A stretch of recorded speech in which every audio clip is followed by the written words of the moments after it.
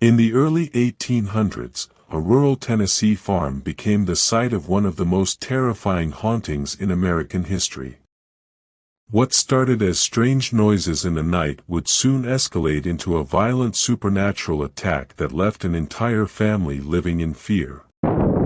This is the story of the Bell Witch haunting. The story begins in 1817 when John Bell, a farmer from Adams, Tennessee, began noticing strange occurrences around his property. It started with bizarre noises, knocking on the walls, scratching sounds, and chains being dragged across the floor at night. At first, the Bell family tried to ignore it, hoping it would go away, but it soon became clear that something far more sinister was at work. The strange noises escalated, and soon the family began hearing a voice, a chilling, disembodied voice that called itself Kate. This entity, known as the Bell Witch, seemed to have a personal vendetta against John Bell and his daughter, Betsy. It would torment Betsy by pulling her hair, slapping her face, and even physically throwing her across the room. Over time, the Bell Witch's powers grew stronger. Visitors to the Bell farm reported being slapped, scratched, and even knocked to the ground by invisible forces. Some described hearing the entity laugh or scream in a voice that seemed to come from nowhere. Even prominent figures, like General Andrew Jackson, who would later become the President of the United States, visited the Bell farm and left convinced that something truly supernatural was at play. According to legend, Jackson and his men were camping near the Bell farm when their wagons suddenly refused to move. Jackson supposedly remarked, "I'd rather face the entire British Army than deal with the Bell Witch." His group experienced frightening encounters that night and left the next day, unwilling to stay another moment in the haunted land. The Bell Witch's hatred seemed focused particularly on John Bell. Over the years, he became gravely ill, and many believed the entity was responsible. In 1820, John Bell died under mysterious circumstances. A strange, unidentified substance was found near his bedside, and the Bell Witch reportedly claimed responsibility, laughing and boasting about his death. After John Bell's death, the haunting subsided, but the Bell Witch left a chilling promise: she would return in 7 years. According to the Bell family, the spirit did return in 1828, haunting their descendants for several weeks before disappearing again. However, some say the Bell Witch never truly left, and her spirit still haunts the area to this day. The legend of the Bell Witch has grown over the centuries, becoming a key part of American folklore. The Bell Witch Cave, located near the old Bell Farm, is said to be one of the most haunted places in the United States. Visitors report eerie feelings, strange sounds, and the unmistakable sense that they are being watched by an unseen presence. The Bell Witch remains a chilling reminder that some spirits refuse to rest in peace. The Bell Witch haunting still draws curious tourists and aficionados to Adams, Tennessee, the site of the incidents. For those interested in delving into the paranormal elements of the tale, the Bell Witch Cave, rumored to be the center of the haunting, has gained popularity. The Bell Witch's story is perpetuated through tours and reenactments, guaranteeing that it will always be a part of American paranormal history. The Bell Witch haunting is evidence of people's ongoing curiosity with the paranormal and the unknown. The Bell Witch mythology never fails to captivate people who are drawn to the enigmatic and unexplained, regardless of whether they see it as a warning story, an expression of our shared anxieties, or a real-life contact with the paranormal. The Bell Witch's eerie murmurs continue to reverberate through the passage of time, serving as a chilling reminder that there are frequently times when it is difficult to distinguish between the supernatural and the living.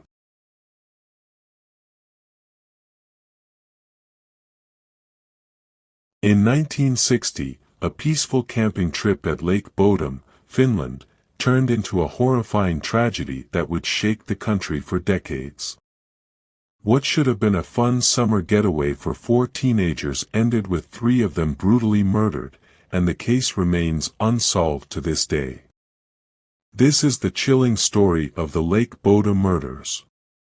On June 4, 1960, 4 teenagers, 2 boys and 2 girls, set up camp by the shores of Lake Bodom.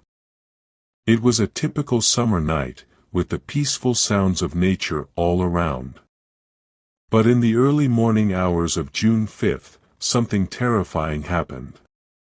An unknown assailant crept into the campsite and brutally attacked the sleeping teens with a knife and a blunt object. When the sun rose, 3 of the teens, Mila Björklund, Anya Maki, and Seppo Boiman, were found dead, their bodies savagely beaten and stabbed. The 4th, Nils Gustafsson, was found alive but gravely injured. He had been struck in the face and had severe wounds, but somehow, he survived the attack. The crime scene was gruesome. The tent had been slashed open from the outside, and the bodies of the victims were left sprawled in and around the tent. Despite the extensive investigation that followed, no definitive motive or suspect was ever identified. The killer had disappeared without a trace, leaving behind a trail of horror and unanswered questions. Over the years, several suspects emerged, including a man who was seen near the campsite the night of the murders, but no one was ever convicted. The most controversial theory arose decades later, in 2004, when the sole survivor, Nils Gustafsson, was arrested and accused of the murders. Police believed that an argument between the teenagers may have led to a violent outburst from Nils, but he was acquitted due to lack of evidence, leaving the mystery unsolved. What makes this case even more terrifying is the lack of clear answers. Who could have committed such a savage crime, and why? Was the killer someone the teenagers knew, or a random stranger passing through the area? Some locals believe the murderer still walks free, hiding in plain sight. Others think it was an outsider who vanished into the wilderness, never to be seen again. Lake Bodom has never shaken off the dark shadow of the murders. Even today, it is said that the spirits of the 3 teenagers haunt the lake, unable to rest until justice is served. The site of the attack has become infamous, drawing curious onlookers, paranormal investigators, and true crime enthusiasts hoping to unlock the secrets of that deadly night. The Lake Bodom murders remain one of Finland's most notorious unsolved crimes. Decades have passed, but the memory of that horrifying night lingers, a chilling reminder that sometimes, evil strikes when you least expect it.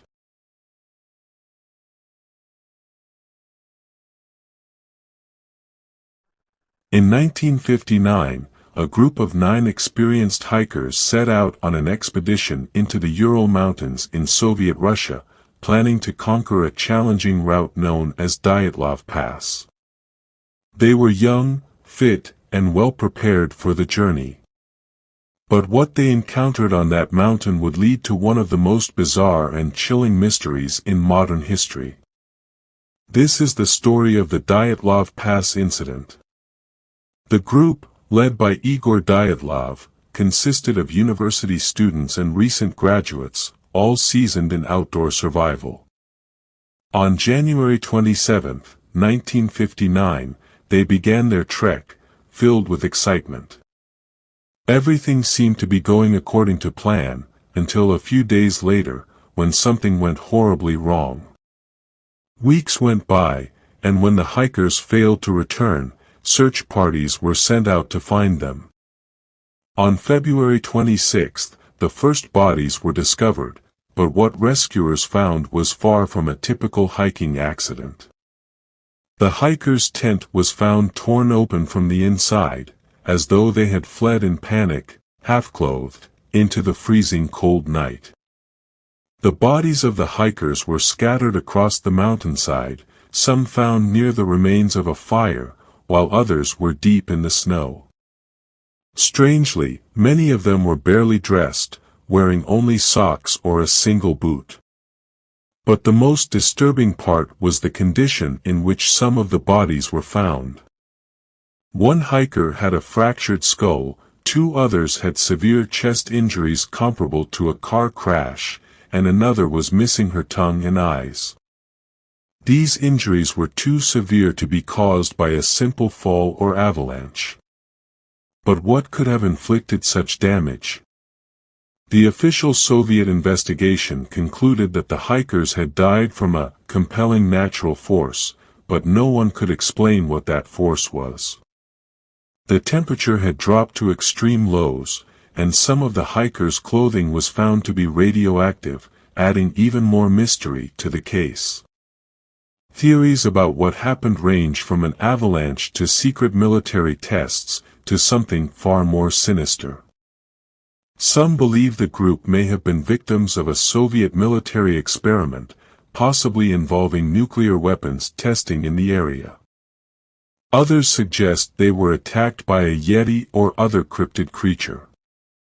And some believe the explanation lies in the paranormal, alien encounters or supernatural forces. There were also reports of strange lights in the sky around the time of the incident, leading some to speculate about UFO involvement. However, none of these theories have ever been proven, and the truth behind what happened on that icy night remains a terrifying enigma. In 2019, Russian officials reopened the case but concluded that an avalanche was the most likely cause. Still, many believe this explanation doesn't account for the bizarre injuries and unusual circumstances. The Dyatlov Pass Incident remains one of the greatest unsolved mysteries of the 20th century, a haunting reminder of how dangerous and unpredictable nature can be, or perhaps, how little we truly understand about the forces that govern our world.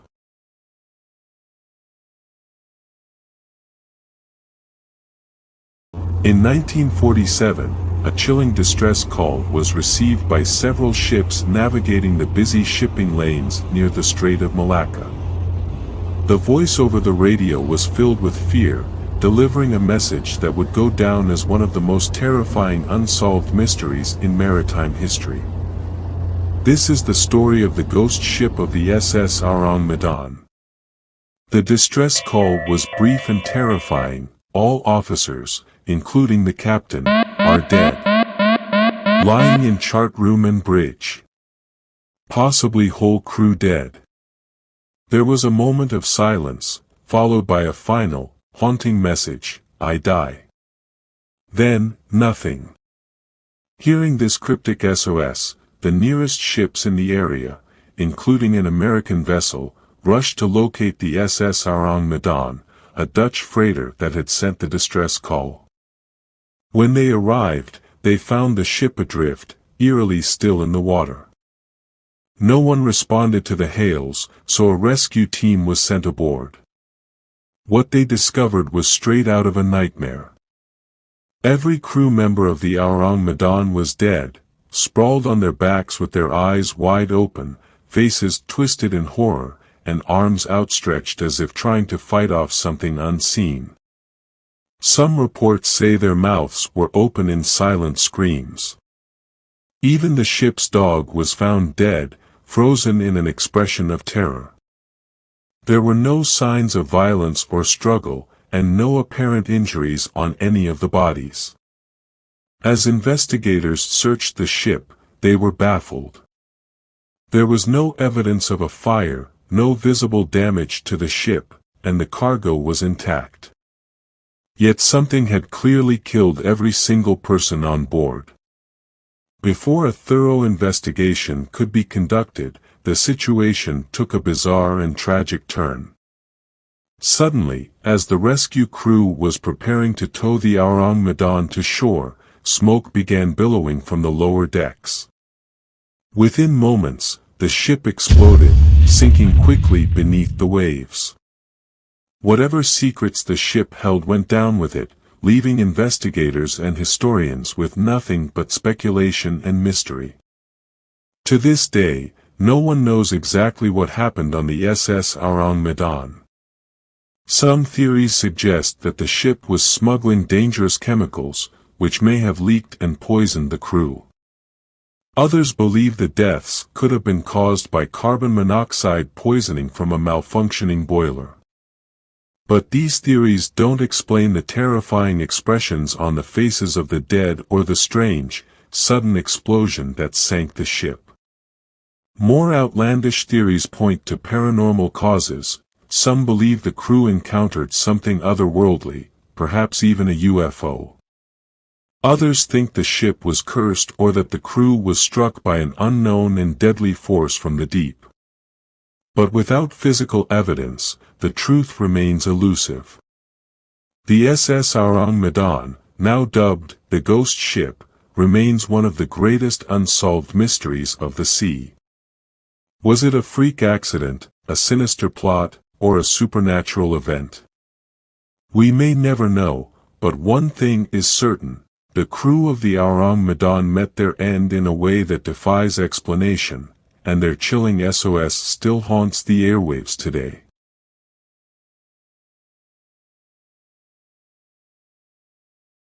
In the late 1970s, a quiet suburban home in Enfield, North London, became the center of one of the most terrifying and well-documented paranormal hauntings in history.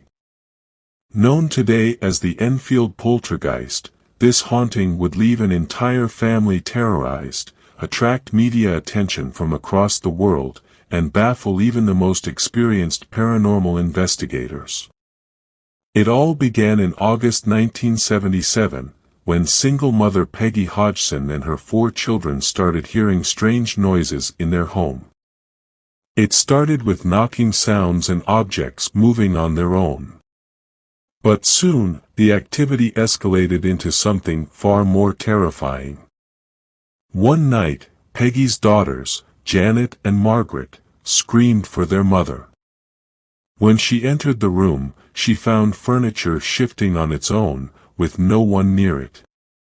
Their beds shook violently, and a chest of drawers slid across the floor, blocking the door.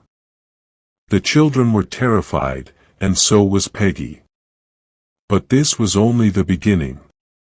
Over the next few months, the haunting grew more intense, particularly around 11-year-old Janet. Witnesses claimed to see her levitate, furniture would tip over, and objects would fly across the room.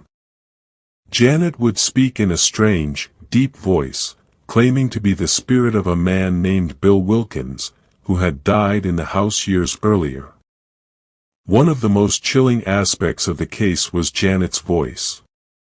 In interviews, she would speak in a gruff, sinister tone, much deeper than her normal voice, and with a level of knowledge no child her age should have. She said she was Bill Wilkins, a man who had died in the living room, and eerily enough, this was confirmed by later investigations. The story quickly gained attention, with newspapers, paranormal investigators, and even skeptics flocking to the house to see the strange events for themselves.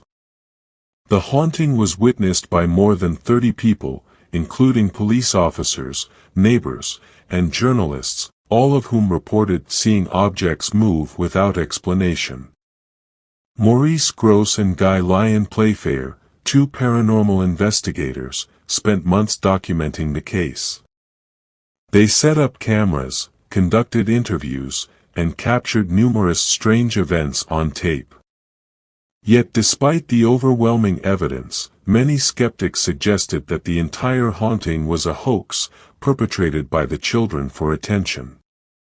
But those who were there, including the Hodgson family, were adamant that something dark and supernatural had taken over their home.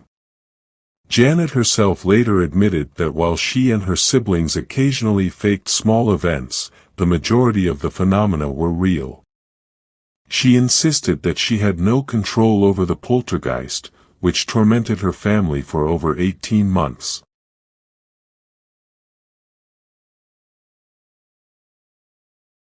The small town of Cedar Hollow was a quiet place, nestled deep in the Appalachian Mountains. Its charm lay in its simplicity: just a few hundred people, a single main street with a diner, and a dense, seemingly endless forest that surrounded the town.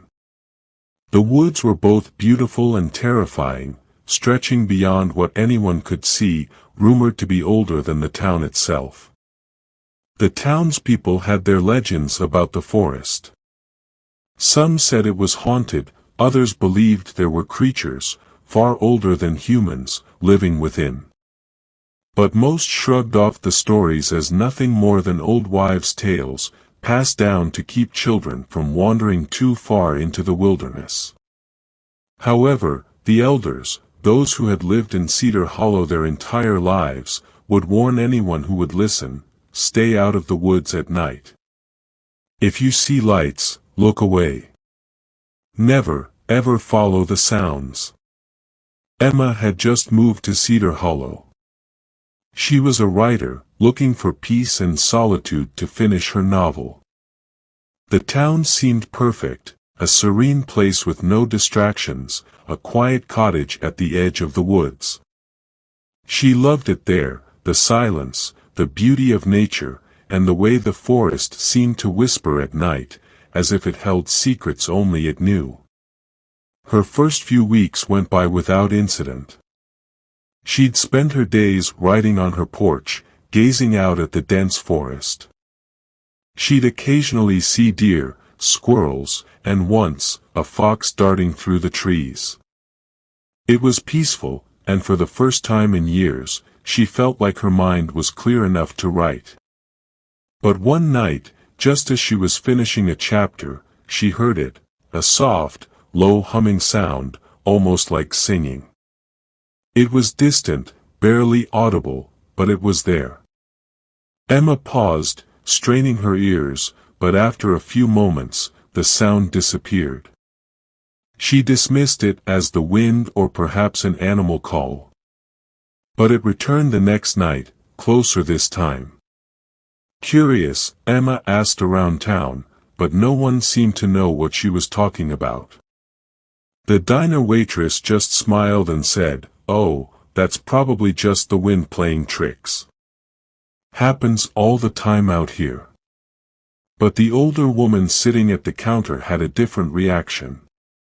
Her face grew pale, and she whispered, "You hear them, don't you? The Watchers." "The Watchers?" Emma asked, intrigued. The old woman nodded. "They live in the woods. They've always been here. My grandmother used to say they come out when they're hungry or bored. You'll hear them before you see them, but whatever you do, don't look. If you look, they'll know you see them, and then, well, you don't want that." Emma chuckled nervously, assuming it was just another town legend. But the old woman's eyes were deadly serious. That night, Emma couldn't stop thinking about the old woman's words.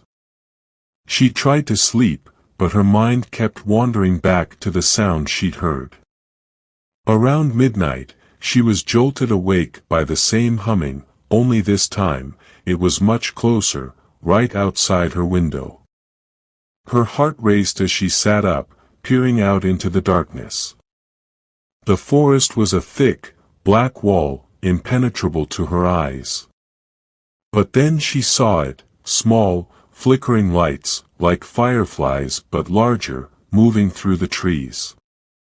They danced in the distance, weaving between the trunks, growing brighter, closer. Her curiosity got the better of her, and she stepped outside onto the porch. The lights seemed to beckon her, their movements rhythmic, almost hypnotic. The humming grew louder, a strange melody that tugged at her, filling her with an odd sense of longing. She took a step off the porch, then another, her bare feet sinking into the cool grass. The lights were even closer now, hovering just at the tree line. Without thinking, she moved toward them, drawn by something she couldn't explain. As she reached the edge of the forest, the humming stopped abruptly, and the lights flickered out. The sudden silence was deafening. Emma blinked, disoriented, as if she had just woken from a dream. She stood there, staring into the darkness, her breath quickening. Something was wrong. She felt eyes on her, many eyes. The air around her grew colder, and she could hear soft whispers, too faint to make out but unmistakably there. Slowly, she backed away from the trees, her heart pounding in her chest. But just as she turned to run back to the safety of her house, she saw them. At first, they looked like shadows, figures barely visible in the moonlight, standing between the trees. There were dozens of them, tall and thin, their eyes glowing faintly in the dark. They didn't move, just stood there, watching her. Emma's legs felt frozen, as if the ground had swallowed her feet. Her breath caught in her throat, and she could feel her heart hammering against her ribs. She didn't dare blink, didn't dare look away. The figures remained motionless, their glowing eyes locked on her. Finally, with all the strength she could muster, Emma forced herself to move, sprinting back toward her house. She could hear them behind her now, the faint rustling of leaves, the soft hum returning, louder, more insistent. She didn't look back. She couldn't. When she reached her porch, she threw herself inside, slamming the door behind her. The humming stopped again, and for a moment, there was silence. She peeked through the window, but the figures were gone. The forest was dark and still, as if nothing had happened. But Emma knew better. She knew they were still there, watching, waiting. For the next few days, she stayed inside, barely eating or sleeping. Every night, the humming would return, sometimes distant, sometimes close, always accompanied by those flickering lights. The watchers were there, just beyond the tree line, and she could feel them, could sense their hunger growing. On the fifth night, the lights appeared again, brighter than ever, just outside her window. But this time, they weren't alone. In the distance, standing among the trees, were the figures. And this time, they were moving. Emma didn't wait to see what would happen next. She grabbed her keys, ran to her car, and didn't look back as she sped down the road, leaving Cedar Hollow behind her.